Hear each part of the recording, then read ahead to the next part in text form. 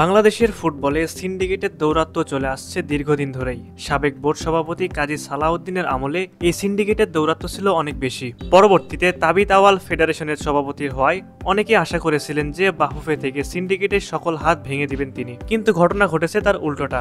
Syndicate দমন তো দূরের কথা, ফেডারেশনের জাতীয় কমিটিতেই দেখা যাচ্ছে অনেক অযোগ্য ব্যক্তি যারা সিন্ডিকেটকে প্রশ্রয় দিচ্ছে। যদি তাই না হবে তাহলে ফাহমিদুলকে কোন কারণে দল থেকে বাদ দেওয়া হলো? সে যাই হোক, ফেডারেশন যে এখনো সিন্ডিকেট মুক্ত হতে পারেনি সেই বিষয়টা এখন পরিষ্কার। এই সিন্ডিকেটের পেছনে কাদের হাত রয়েছে?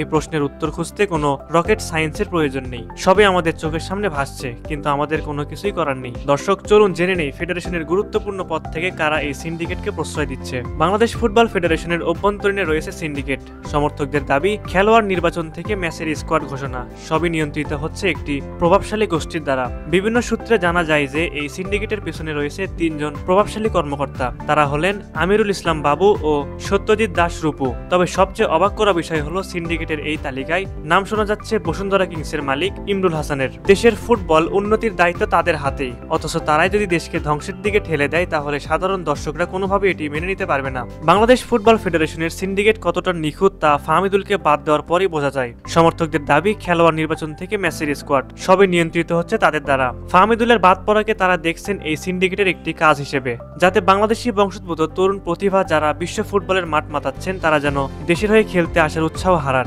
সমর্থকদের মতে এই ঘটনা কেবল ফাহমিদুলের জন্য নয়, বরং ভবিষ্যতের সম্ভাবনাময় খেলোয়াড়দের জন্য একটি ভুল বার্তা দিচ্ছে। সমর্থকরা দিনব্যাপী প্রতিবাদের মাধ্যমে এই সিন্ডিকেটের বিরুদ্ধে কথা বলার পাশাপাশি কাজ করে দেখিয়েছেন। তাদের এই পদক্ষেপ দুটি বিষয় স্পষ্ট করেছে। প্রথমত, ফুটবল ফেডারেশনের স্বেচ্ছাচারিতার দিন শেষের দিকে। দ্বিতীয়ত, দেশের ফুটবলের প্রতি জনগণের জন্য যে নতুন জাগরণ তৈরি হয়েছে তা সিন্ডিকেটের পক্ষে দমিয়ে রাখা কঠিন হয়ে পড়বে। রাস্তায় নামা এই মানুষেরা কেবল ফাহমিদুলের জন্য নয়, বরং আগামী দিনের ফুটবলারদের জন্য লড়ছেন। ভক্ত সমর্থকদের দাবি একটাই, সকল সিন্ডিকেট ভেঙে ফাহমিদুলকে আবার দলে ফিরিয়ে আনতে হবে। তাদের মতে এই তরুণ প্রতিভাকে হারিয়ে ফেলা শুধু বর্তমানের জন্য নয়, দেশের ফুটবলের ভবিষ্যতের জন্য একটি অপূরণীয় ক্ষতি হবে। সিন্ডিকেটের বিরুদ্ধে এই গণজাগরণ যদি সফল হয় তবে তা দেশের ক্রীড়াঙ্গনে নতুন দিগন্তের সূচনা করতে পারবে। প্রিয় দর্শক, আপনাদের কাছে কি মনে হয় বাংলাদেশ ফুটবল ফেডারেশনের এই সিন্ডিকেটের পিছনে কার কার হাত রয়েছে এবং কিভাবে এই সিন্ডিকেট দমন করা সম্ভব?